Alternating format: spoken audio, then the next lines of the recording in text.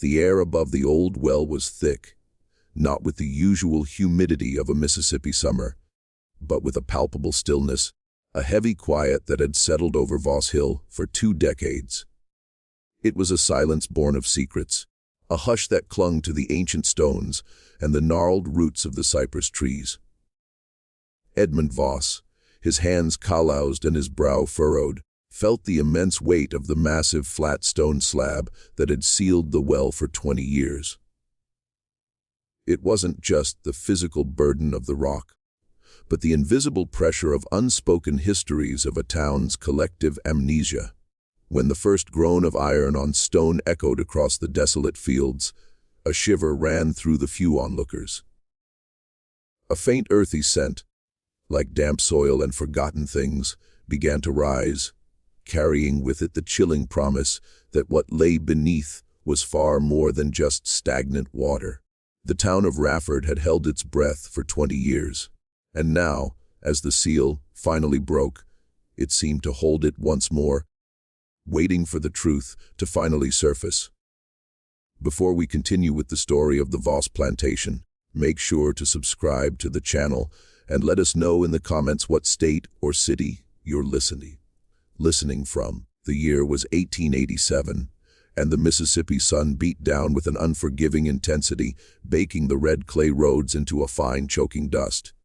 Edmund Voss, a man whose 38 years had etched lines of wariness around his eyes, guided his horse-drawn buggy along the familiar yet strangely alien path toward Voss Hill. 5 years he had spent in Memphis, working as a land surveyor, meticulously mapping out parcels of earth, trying to impose order on a world that felt increasingly chaotic. 5 years he had tried to forget the sprawling, decaying cotton plantation that bore his family's name, the place where he had grown up under the shadow of a father whose presence was as imposing as the grand, now crumbling manor house itself. His father Harlon Voss had died in 1882, leaving behind a legacy of debt and disrepair. The once thriving fields, which had stretched for hundreds of acres, were now largely untended, choked with weeds and wild growth. The grand house, Voss Hill, once a beacon of antebellum prosperity, stood like a skeletal monument to a bygone era. Its paint peeling, its shutters hanging askew, its once manicured gardens swallowed by the encroaching wilderness. Edmund had returned to Claiborne County, not out of sentimentality, but out of necessity. A northern land company with an eye toward timber and potential future development had expressed interest in the property. It was a chance, perhaps the only chance, to salvage something from the wreckage of his inheritance. He needed to assess the land, to put a value on the ghosts that haunted every acre before the sale could proceed. The journey itself was a slow, arduous affair. The dust, fine as flour, coated everything, his clothes, his skin, the very air he breathed. It tasted of dry earth and forgotten promises. The rhythmic creak of the buggy wheels and the steady clip-clop of the horse's hooves were the only sounds that broke the oppressive silence of the rural landscape. As he drew closer to Rafford, the small, sleepy town that served the surrounding plantations, a hollow feeling began to settle in his chest. It was the peculiar ache of returning to a place you had desperately tried to leave behind, only to find it waiting for you, unchanged in its essence, yet utterly transformed by time and neglect. Rafford itself seemed to have aged, its wooden storefronts leaning more precariously, its streets quieter than he remembered. The locals, many of whom had known him since he was a boy, greeted him with a peculiar mix of deference and unease. Their smiles were thin, their eyes quick to dart away when he met their gaze. There was a palpable tension in the air, a collective unspoken understanding that he, Edmund Voss, was now inextricably linked to the decaying legacy of Voss Hill. He tried to engage them in casual conversation, asking about the old days, about the changes in the county, but their responses were clipped, evasive.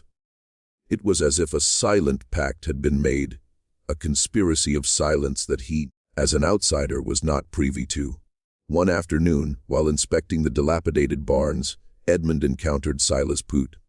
Silas, now a man in his early 70s, his frame stooped and his face a roadmap of sun-baked wrinkles, had served as the overseer for Harlan Voss for decades. He was a man whose loyalty had been absolute, his methods often brutal, but always effective in his father's eyes. Silas was still living in a small cabin on the edge of the property, a relic of the old order, clinging to the land like a stubborn weed.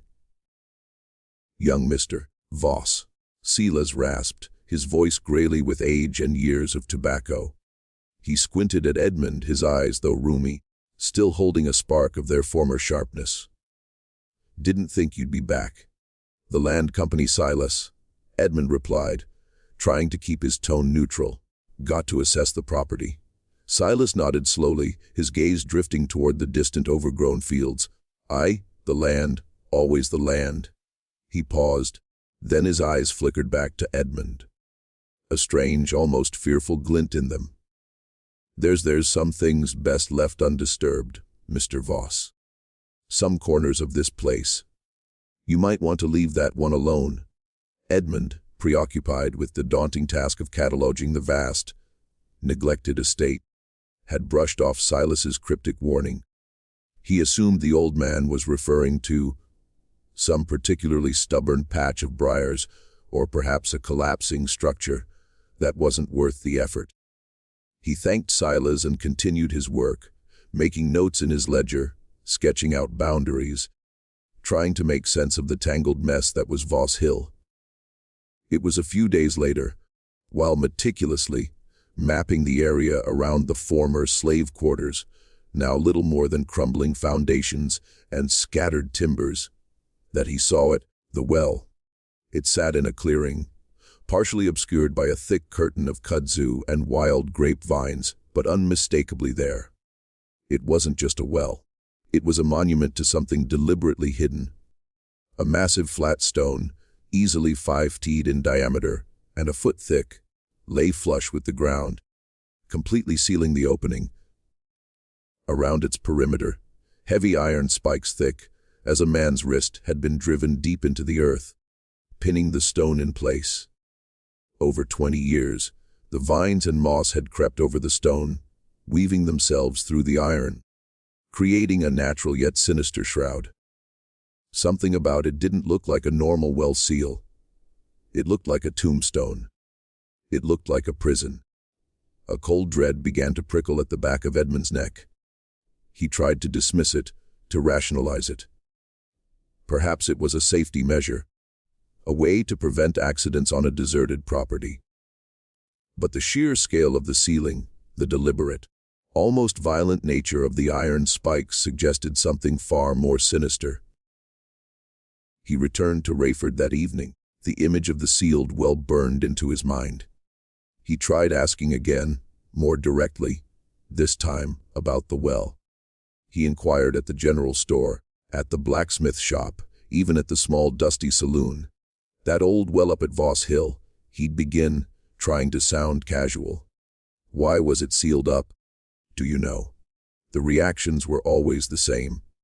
A sudden shift in conversation, a quick glance away, a mumbled excuse about not knowing, or it being before my time, even from men who had lived in Rafford their entire lives. The silence was deafening, a collective refusal to acknowledge a truth that everyone in town seemed to know, yet no one dared to speak. Edmund Voss, the land surveyor, was used to uncovering hidden boundaries and forgotten markers. But this was different. This was a boundary of silence, a marker of fear, and it was beginning to consume him. The town of Rafford, Edmund quickly discovered, guarded its secrets with the fierce devotion of a religious sect. The silence surrounding the sealed well at Voss Hill was not merely a lack of information. It was an active, almost aggressive refusal to speak. Every inquiry he made was met with a wall of averted gazes, mumbled platitudes, or outright changes of subject. The general store owner would suddenly find an urgent need to restock shelves. The blacksmith would begin hammering a piece of iron with renewed vigor, drowning out Edmund's questions. Even the old men who sat on the porch of the saloon, usually eager to spin tales of the past, would grow quiet, their eyes fixed on some distant point beyond the horizon. It was a chilling display of collective amnesia, a town-wide conspiracy of silence that only deepened Edmund's resolve. He realized that if he wanted answers, he couldn't rely on the spoken word. He would have to dig not into the earth, but into the dusty archives of the county. His first stop was the county clerk's office in Rafford, a small, cramped room filled with towering stacks of ledgers and brittle yellowed documents. The clerk, a thin, nervous man named Mr. Abernathy, seemed particularly uncomfortable with Edmund's presence, his hands fluttering over papers. As if trying to hide something, Edmund spent days poring over records, his surveyor's eye for detail serving him well. He sifted through property deeds, tax assessments, and official reports, searching for any mention of Voss Hill, of his father, or of the well. His persistence eventually paid off. Tucked away in a ledger marked Public Health and Sanitation Reports 1865-1870, he found an official report dated July 14, 1867, filed by Harlan Voss. The report stated in formal bureaucratic language that the well water at Voss Hill had become unfit for consumption, likely due to a miasmatic condition of the soil. It recommended immediate sealing to prevent the spread of disease. Edmund stared at the date, July 14, 1867, 20 years ago, almost to the day. The miasmatic condition explanation struck him as vague, almost deliberately so. It was a common enough theory in the mid-9th century, attributing disease to bad air. But it felt like a convenient catch-all, a way to explain away something without truly explaining it. He remembered something else from his childhood, something his father had rarely spoken of, but which had been a quiet, persistent presence on the plantation, in the immediate aftermath of the war. A small community of formerly enslaved people had chosen to remain on the Voss Hill grounds. They had stayed on not as property, but as free laborers working the fields, trying to rebuild their lives in the shattered landscape of the post-war South. There had been about 14 of them, men, women, and children, a self-contained community that had persisted through 1866 and into 1867. Edmund, as a boy, had occasionally seen them, heard their voices from the quarters, a distant hum of life that had abruptly ceased. He decided to broaden his search to the Freedmen's Bureau records. The Bureau had maintained an active office in nearby Port Gibson during Reconstruction, tasked with assisting formerly enslaved people in their transition to freedom. It was a long, dusty ride to Port Gibson, but Edmund felt a growing urgency. He spent another week in the Bureau's archives, a more organized, but equally neglected collection of documents. He found records of labor contracts, land disputes, and requests for aid. He meticulously cross-referenced names, dates, and locations. And then he found the gap in a register of residents and laborers associated with Claiborne County plantations under the heading Voss Hill Plantation. He located 14 names. They were entered in the spring of 1867, but there were no subsequent records, no entries indicating they had moved away, no new labor contracts, no requests for assistance from other counties.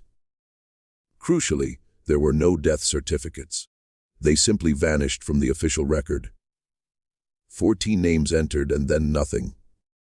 It was as if they had been erased from existence. Edmund's training as a surveyor, his instinct for patterns and anomalies screamed at him. This wasn't a clerical error. This was a deliberate void. He returned to Voss Hill, the miasma report, and the missing name swirling in his mind. He walked the grounds again, his gaze now fixed on the sealed well. It sat at the very center, of what had once been the bustling heart of the slave quarters. Surrounded by the faint outlines of cabins, the communal cooking fires, the small plots where families had tried to grow their own food. The location was chillingly precise. He remembered the county physician's log, Dr. Horace Gage. He had seen a brief, almost dismissive entry in the county records. He went back to the clerk's office, insisting on seeing Dr. Gage's personal logs, a collection of leather-bound books that Mr. Anathi reluctantly produced from a locked cabinet. After hours of searching, Edmund found it. A single entry dated July 16, 1867, 2 days after Harland Voss filed his miasma report. The entry was brief, almost cryptic. Visited Voss Hill, found no evidence of disease, though conditions were irregular. Conditions were irregular. The phrase echoed in Edmund's mind, a chilling understatement that spoke volumes. It wasn't a medical diagnosis. It was an observation, a judgment, a carefully worded evasion. What conditions had Dr. Gage found? What had been so irregular that it warranted such a peculiar, almost coded description? The phrase would haunt Edmund for weeks, a persistent whisper in the back of his thoughts, a silent accusation from the past. The well, sealed and silent, seemed to mock his efforts, daring him to uncover the truth that Rafford had so carefully buried. The silence of Rafford was a formidable barrier. But Edmund Voss was a man accustomed to breaking ground. He understood that official records, while crucial, often told only a fraction of the story. The true narrative, he suspected, lay in the memories of those who had lived through that time, those who had witnessed the events of 1867 from the periphery. His search eventually led him to Ruth. Ruth lived in a small, weathered cabin on the very edge of Rafford, nestled amongst a grove of ancient pecan trees. Her home was humble but meticulously kept, a testament to a life of quiet resilience. She was an elderly black woman, her face a tapestry of wrinkles. Her eyes, though clouded by age, still held a deep knowing intelligence. She had been a young woman in 1867, barely out of her teens, working as a lairess for one of the more prominent families in Rafford. She had seen much, heard more, and understood even more than she let on. Edmund approached her with caution and respect, explaining his purpose, the mystery of the well, the missing names. Ruth listened patiently, her hands gilded with age, resting in her lap. For a long time, she said nothing, her gaze fixed on some distant point beyond the cabin's window. Edmund felt the weight of her silence, the decades of unspoken truths that lay behind it. Slowly, hesitantly at first, then with a growing clarity, Ruth began to speak. Her voice was soft, raspy, but each word carried the weight of memory. She spoke of the community at Voss Hill, the 14 souls who had stayed on after the war, clinging to the hope of a new life. She spoke of Delia, Ruth explained, was a woman in her late 30s, a figure of quiet strength and unwavering resolve. She had been the main house cook at Voss Hill for years, a position that had given her a unique understanding of the plantation's inner workings, its rhythms, and its secrets. More than that, Dia was the de facto leader of the group, a natural matriarch who possessed both a keen intellect and a compassionate heart. She was the one who organized their labor, mediated disputes, and most importantly held their collective hope in her steady hands. She couldn't read or write herself, but she understood the power of words, the necessity of documentation in a world that sought to deny their very humanity. Her husband was August, a man of quiet dignity and immense skill. August was a carpenter, his hands capable of coaxing beauty from raw timber. He had built many of the cabins in the quarters, repaired the plantation's fences, and crafted furniture for the main house. He was Dia's rock, her steadfast partner, and a respected figure within their small community. Together, they had 3 children. Nora, a bright and curious girl of about 12, already showing signs of her mother's intelligence. Thomas, a spirited boy of 9, full of youthful energy, and Clara, a baby barely a year old, a symbol of their fragile future. There was also Hamp, August's older brother, a man whose quiet strength belayed a limp from an old injury sustained during his years as a field hand.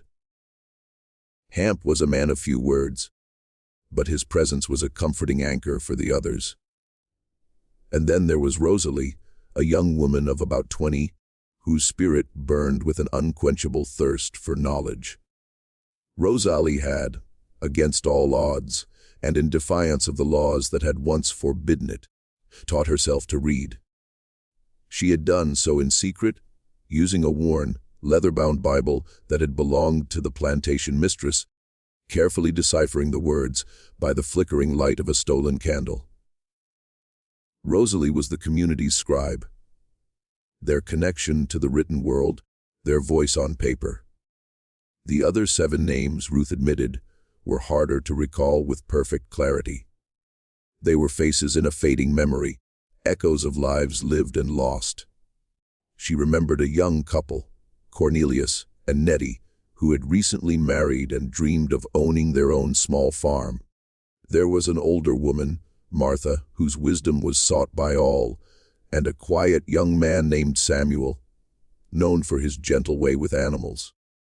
The rest were children, their names now blurred by time, but their presence in that small community, their hopes and fears were as real as the dust on the road.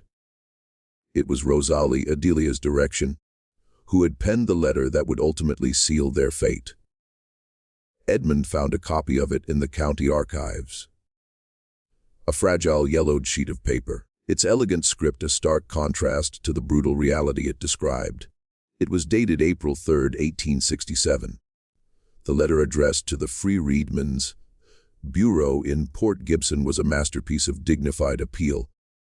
It formally requested recognition of the group's labor contract with Harland Voss, detailing the terms they had agreed upon for working the 1866 harvest. Crucially, it also asked for consideration for land allotment under the Southern Homestead Act of 1866, a federal law that offered public lands to freed people. The letter was signed by Dia, August, Hamp, and Cornelius, their marks carefully placed beside Rosalie's flowing script. The letter was not an act of defiance, but an act of faith. It was a belief in the promise of freedom, in the rule of law, in the possibility of a just future. It calmly stated that Harland Voss had refused to honor the agreed-upon wages for the 1866 harvest, leaving them in a precarious position. It was a plea for help, a formal assertion of their rights as free citizens. Harland Voss received a copy of this letter on approximately April 10, 1867. The speed of his reaction was telling. Within 2 weeks, he had made the journey to Port Gibson and met privately with the local Free Reedmen's Bureau agent, a man named Colton Ferris. Ferris was known throughout the county as a man who, despite his official position, was deeply sympathetic to the plight of the local planters. He understood their difficulties in adjusting to the new labor system, their losses after the war. He was, in essence, a man who served 2 masters, and his loyalty often leaned toward the powerful white landowners who held sway in the region. Ruth's voice grew softer as she spoke of this period, her eyes distant. She described the palpable shift in the atmosphere around Voss Hill after that letter was sent. A quiet tension, a sense of foreboding that settled over the land like a heavy fog. The politics of Reconstruction Mississippi were a brutal reality. The promise of black land ownership of true economic independence was met with fierce hostility by former Confederates who saw it as an affront to their very way of life. The vulnerability of Dia, August, Rosalie, and the others was immense. They were 14 souls standing on the precipice of a new world, armed only with hope and a piece of paper against the entrenched power of a system determined to keep them in their place. Ruth's words painted a vivid, heartbreaking picture of their courage, their dreams, and the insidious forces gathering against them. Harlan Voss was not a man given to grand pronouncements or theatrical displays of anger. His power was far more insidious, rooted in a cold, calculating pragmatism that had served him well throughout his life. Edmund, through his father's old ledgers and the hushed whispers of the town, began to piece together the portrait of a man who, in 1867, was teetering on the brink of ruin. The war had stripped him of his most valuable assets, his enslaved workforce, and the subsequent economic upheaval had left his once vast cotton empire deeply in debt. He was a man who genuinely believed in the old order, in the inherent rightness of white supremacy, and the natural subservience of black people.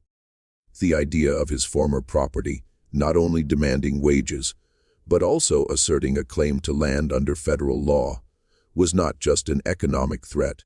It was a profound personal affront, a challenge to his very identity and status. He was terrified of debt, of losing Voss Hill, of becoming a pariah among his peers. This fear, coupled with a deep-seated paranoia about the changing world, made him a dangerous man. He saw the Freedmen's Bureau, and indeed the entire Reconstruction government, as an illegitimate imposition, a foreign body attempting to dismantle the fabric of Southern society. He had allies, of course. Men in Rafford and Port Gibson who shared his views, who felt the same knowing fear of a world turned upside down. They were the local magistrates, the merchants, the other planters, all bound by a common interest in maintaining the racial hierarchy and their economic dominance. Harlan's problem, however, was a practical one. Delia and her community were legally free. Their letter to the Bureau, meticulously penned by Rosalie, created a paper trail, a formal record of their grievances and their claims. The Southern Homestead Act, though often circumvented, technically offered them a pathway to land ownership. This was a direct challenge to Harlan's authority, a precedent he could not allow to stand. The summer of 1867 in Claiborne County was a season of oppressive heat and simmering tension.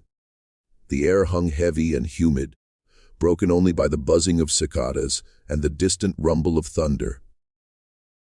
Edmund imagined his father during those months, his movements becoming more frequent, more clandestine. Harlan would ride out from Voss Hill, not to inspect his fields, but to meet with men in hushed tones, in the back rooms of stores, or under the shade of ancient oaks. He met with Salazuit repeatedly, the overseer's loyalty unwavering, his willingness to carry out Harlan's bidding absolute. Silas, a man whose life had been defined by enforcing Harlan's will, would have seen any challenge to his master as a challenge to his own existence. More disturbingly, Harlan also met with Dr. Horace Gage, the county physician. Dr. Gage was a man of science, or so he presented himself, but he was also, Edmund discovered, through careful cross-referencing of old county records and a few discreet inquiries, a quiet but active member of a local organization that operated under the innocuous name of the Rafford Protective League. This was no mere social club. The League was a thinly veiled clan-adjacent group, a network of white men dedicated to preserving order and protecting Southern values, euphemisms for suppressing black advancement and maintaining white supremacy through intimidation and violence.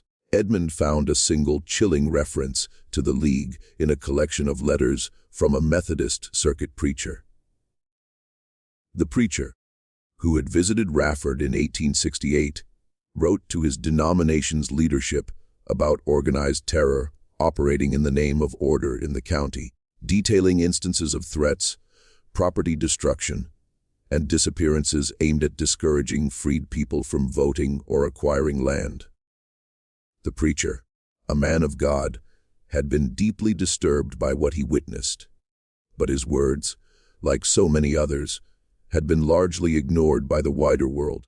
Between June and July of 1867, as the cotton plants grew tall and the heat became almost unbearable, something happened at Voss Hill, something that the town of Rafford collectively and deliberately chose not to see. The details remained shrouded, obscured by the passage of time and the impenetrable wall of silence. But the pieces were beginning to fit together for Edmund: his father's fear, the letter from Dia, the complicity of Silas Poot, the involvement of Dr. Gage, and the sinister shadow of the Rafford Protective League. The sealed well, Edmund realized with a growing sense of dread, was not just a cover for contaminated water. It was a monument to a crime, a silent witness to a truth that had been buried alive. The suspense tightened around him, a cold knot in his stomach, as he knew, with chilling certainty, that he was about to unearth something far more disturbing than he had ever imagined. The decision to open the well was not made lightly. For weeks, Edmund had wrestled with the implications, the potential consequences of disturbing a 20-year-old secret. The town's silence, Silas Poot's cryptic warning, Dr. Gage's unsettling entry, and Ruth's fragmented memories had woven a tapestry of dread around the sealed stone. He knew with a certainty that chilled him to the bone that this was no mere investigation into contaminated water. This was an excavation of a crime, a deliberate act of erasure. The weight of that knowledge pressed down on him, but the surveyor's instinct, the relentless pursuit of truth, would not let him turn away. He couldn't ask anyone from Rafford to help. The silence was too deep, the fear too ingrained. Instead, he rode several miles out of the county to a small, isolated farm where he knew two brothers, Thomas and William Hayes, lived. They were quiet, hard-working men, known for their strength and their discretion, and crucially, they had no ties to Rafford or the Voss family. He offered them a generous sum, explaining only that he needed help moving a very heavy stone. They agreed, their faces impassive, their questions unasked. The morning of the excavation dawned clear and hot, the kind of day where the air shimmered above the fields. Edmund, Thomas, and William arrived at the well with a wagon loaded with tools: heavy iron bars, thick ropes, a sturdy wooden tripod, and a block and tackle. The well sat in its clearing, still shrouded in kudzu, the iron spikes now clearly visible beneath the tangled vines. It looked less like a well and more like a forgotten altar, a place where something sacred had been entombed. The process was arduous, a slow, deliberate battle against time and nature. First, they had to clear away the dense overgrowth, hacking through thick vines that had woven themselves into a formidable net around the stone. The iron spikes, rusted and pitted, were almost swallowed by the earth. It took hours of back-breaking labor to dig them out, each spike groaning as it was pried from its 20-year slumber. The scrape of iron on stone, the dull thud of the crowbar against the earth, were the only sounds that broke the oppressive quiet. As the last spike was removed, a faint earthy smell, distinct from the usual dampness of the soil, began to rise. It was a smell of deep earth, of stagnant water, but also something else, something indefinable, ancient and unsettling. Edmund felt a prickle of unease crawl up his spine. They rigged the block and tackled to the sturdy wooden tripod, carefully positioning the ropes around the massive stone slab. Thomas and William, their muscles straining, began to pull. The stone, resisting at first, then slowly, agonizingly, began to shift. A low, grinding groan, like the earth itself sighing in protest, echoed through the clearing. As the stone lifted, a rush of air, cool and damp, surged from the depths of the well. It carried with it that peculiar, unsettling scent, now stronger, more defined. The sound changed too. The chirping of cicadas seemed to dim, the rustle of leaves to hush, as if nature itself was holding its breath. With a final mighty heave, the stone cover was swung clear, crashing to the ground with a dull thud that sent birds scattering from the nearby trees. The well, dark and gaping, lay exposed. Edmund peered into the blackness, a chill running through him despite the oppressive heat. The water level was low, far below what he remembered from his childhood. The air that rose from it was heavy, thick with the smell of decay and something else, something metallic and old. He lowered a lantern into the shaft. The flickering light struggled against the profound darkness, revealing only a murky expanse of water far below. He then lowered a weighted line, measuring the depth. It was deeper than he had anticipated, almost 40 feet to the water's surface. "I'll need to go down," Edmund stated, his voice sounding strangely hollow in the sudden quiet. Thomas and William exchanged a glance, but said nothing. They secured a sturdy rope around Edmund's waist, testing its strength. He took a deep breath, the scent from the well filling his lungs, and began his descent. The air grew colder, heavier as he descended. The walls of the well were slick with moss and ancient moisture. The lantern cast dancing shadows, making the darkness seem to press in on him from all sides. He reached the water's surface, his boots splashing softly. The water was still black, reflecting the lantern light like a shattered mirror. He scanned the bottom, his heart pounding a slow, heavy rhythm against his ribs. And then he saw them. Beneath decades of silt and standing water, partially submerged, were bundles. They were wrapped in oilcloth, a heavy waxed canvas bound tightly with thick wire. They lay scattered across the bottom, dark, indistinct shapes against the murky floor. Edmund's breath hitched in his throat. This was it. This was what the town had buried. He carefully reached down, his fingers brushing against the cold, slick oilcloth. He pulled one bundle free, its weight surprisingly substantial. He signaled to the men above, and they slowly began to hoist him up. The bundle clutched tightly in his hand. Back on solid ground, Edmund laid the bundle on the grass. His hands trembled slightly as he began to unwrap the oilcloth. The wire, rusted but still strong, resisted his efforts. Finally, with a sharp tug, it gave way. The oilcloth peeled back, revealing not bones, not bodies, but something far more chilling in its implications. Documents. The first bundle contained a collection of brittle yellowed papers. They were damp but remarkably preserved by the oilcloth and the cool anaerobic environment of the well. He carefully spread them out. There was a folded copy of a labor contract identical to the one Dia had referenced in her letter to the Freedmen's Bureau, the very contract Harlan Voss had claimed never existed.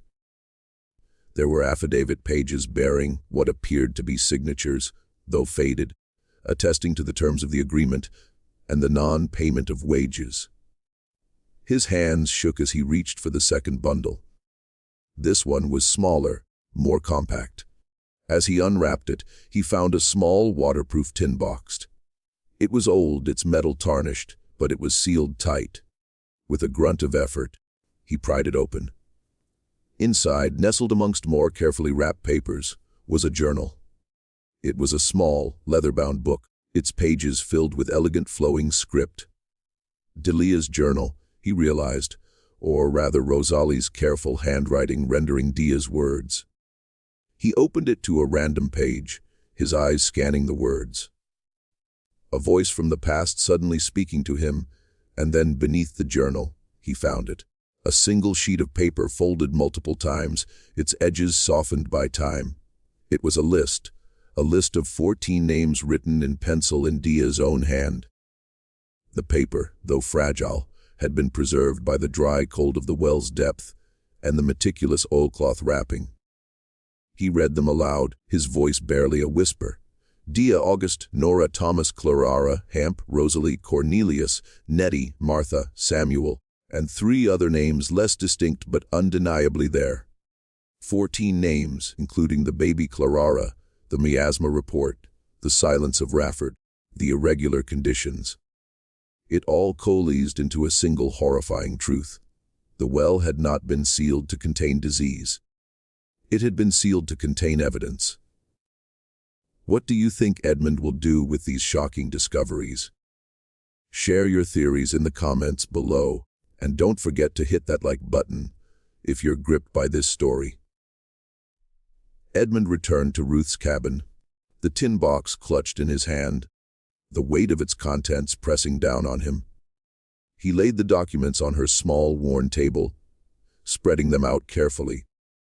The labor contract, the affidavit, and most chillingly, Dia's list of 14 names. Ruth, her eyes wide, peered at the papers, her gaze lingering on the familiar script of Rosalie in the journal, and then on Delia's own careful pencil marks on the list. A low moan escaped her lips, a sound of deep sorrow and long-held pain. "I knew," she whispered, her voice barely audible. "I always knew, but no one would listen, no one would speak." Edmund urged her to tell him everything, to finally break the silence that had suffocated Rafford for 2 decades. Ruth, her hands trembling, began to recount the events of that fateful summer.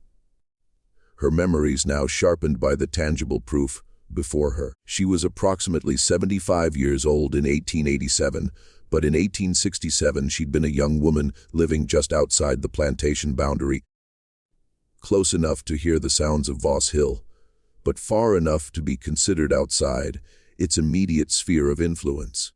She worked as a ress for a family in Rafford, walking the dusty roads daily, observing the subtle shifts in the town's atmosphere.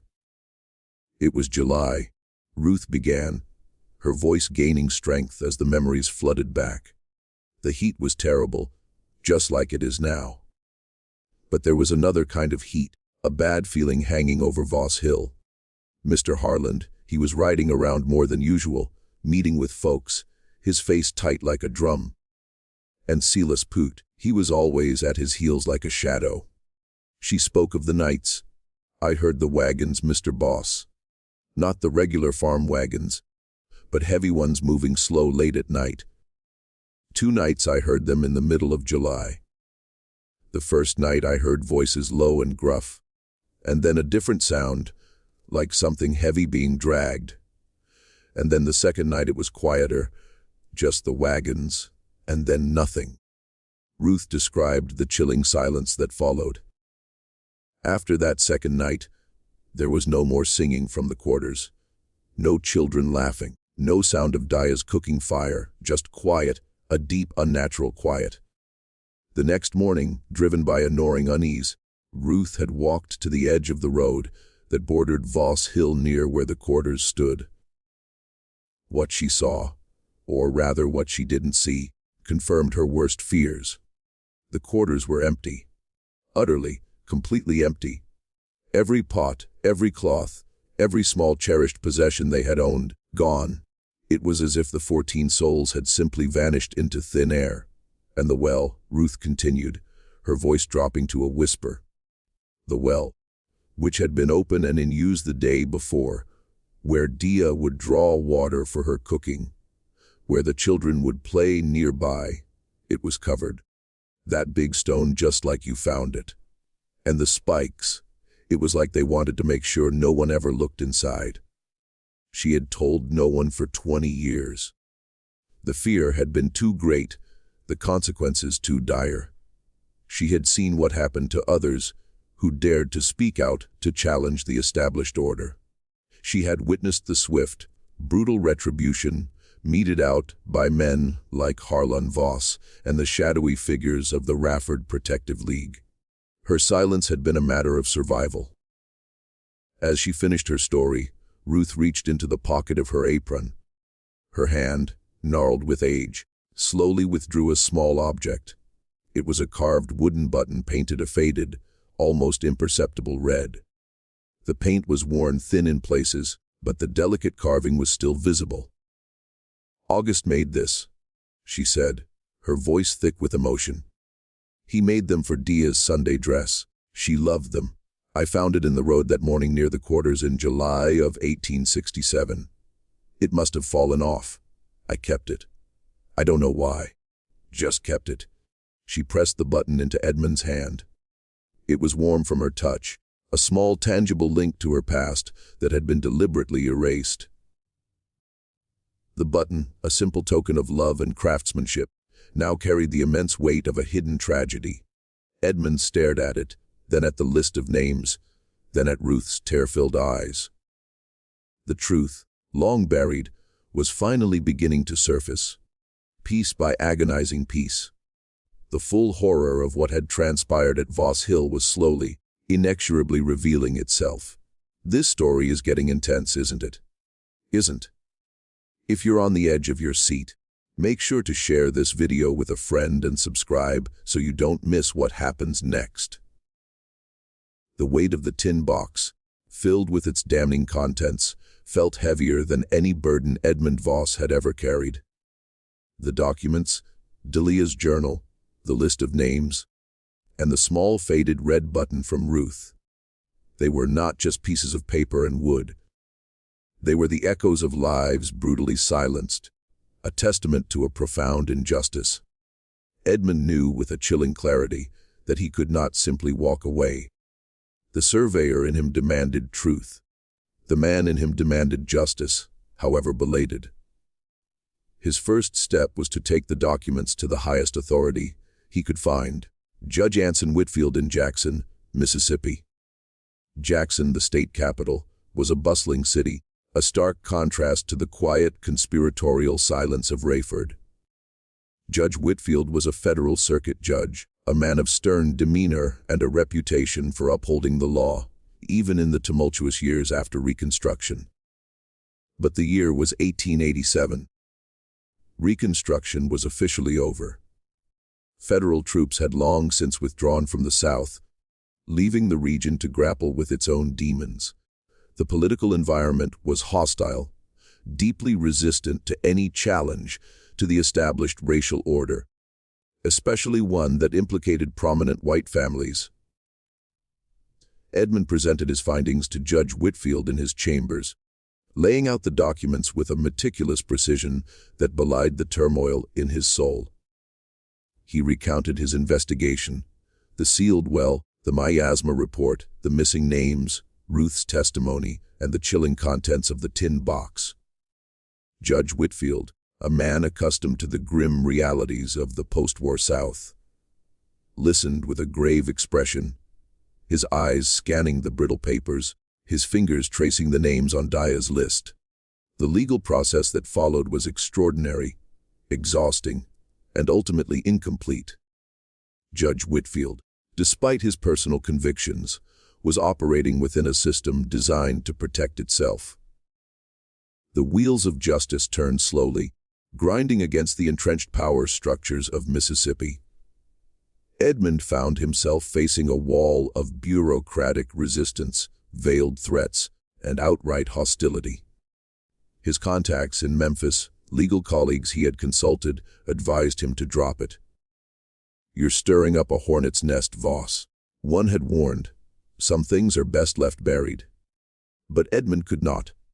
He was not a hero. Not in the traditional sense.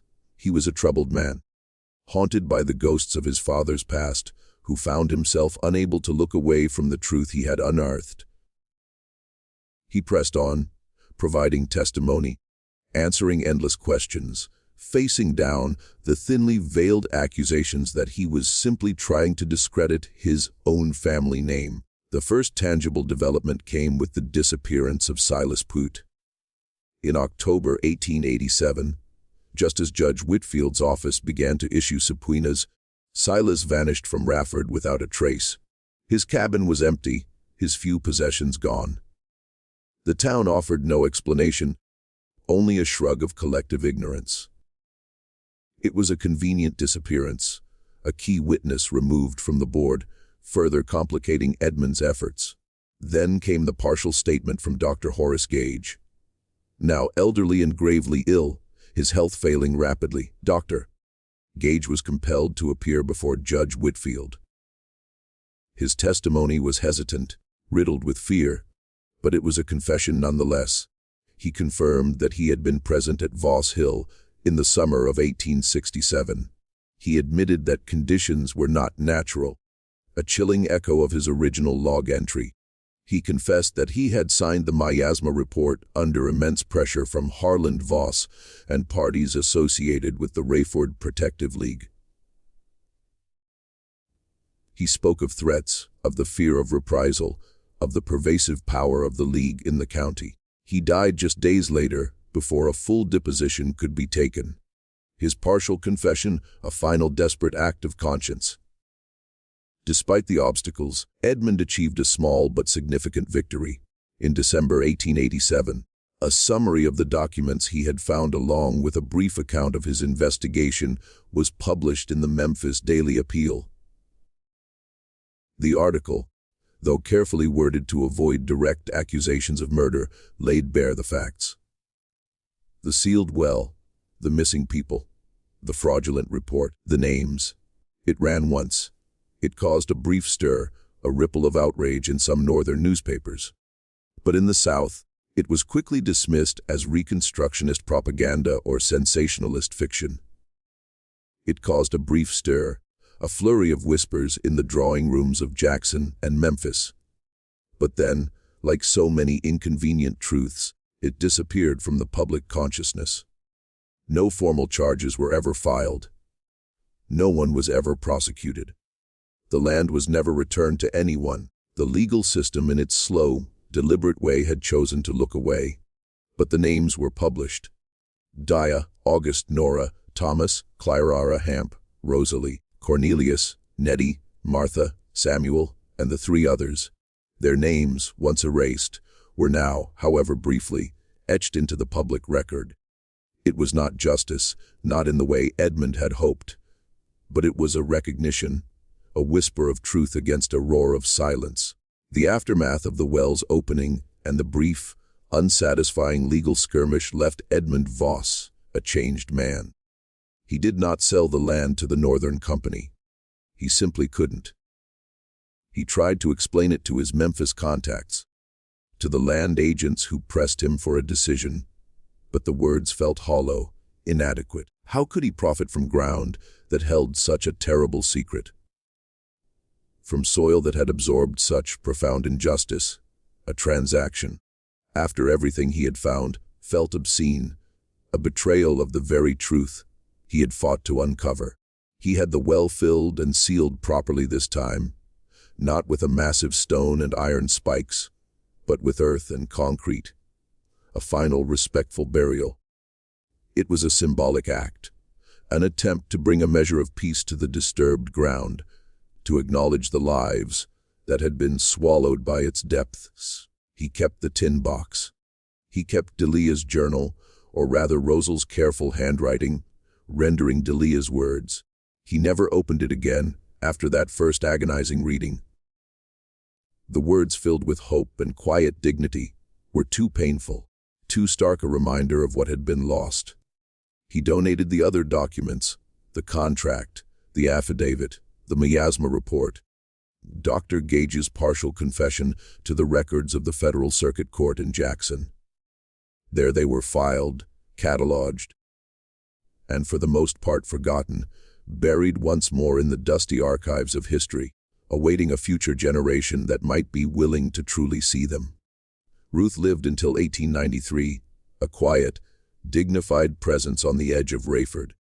Edmund visited her twice after the article was published, making the long, dusty journey from Memphis. They would sit on her small porch, the air thick with the scent of pecan trees and unspoken understanding. They didn't say much. There was no need for words. Their shared knowledge, their quiet grief, bound them in a way that transcended conversation. Over the following decade, Edmund began to sell smaller parcels of the Voss Hill land. He did so quietly, without publicity, and at prices significantly below market value. He sold them to black farming families in Claiborne County. Families who, like Dia and August, were trying to build something of their own, to carve out a life of independence on ground that had cost more than anyone should have to pay. It was not justice. He knew that it was not restitution for the lives lost, for the dreams shattered, but it was what he could do. A small, quiet act of defiance against the legacy of his father, a silent acknowledgement of the debt owed. Edmund Voss died in 1911 in Memphis of pneumonia. He was a man who had lived a life marked by a singular haunting discovery. Among his few personal belongings, carefully tucked away in a small wooden box, was the carved wooden button Ruth had given him. The red paint was nearly worn through by then, faded to a faint blush, but it was still there, still whole, a small, silent testament to a truth that had once shocked a town, and a burden that one man had chosen to carry long after the world had forgotten.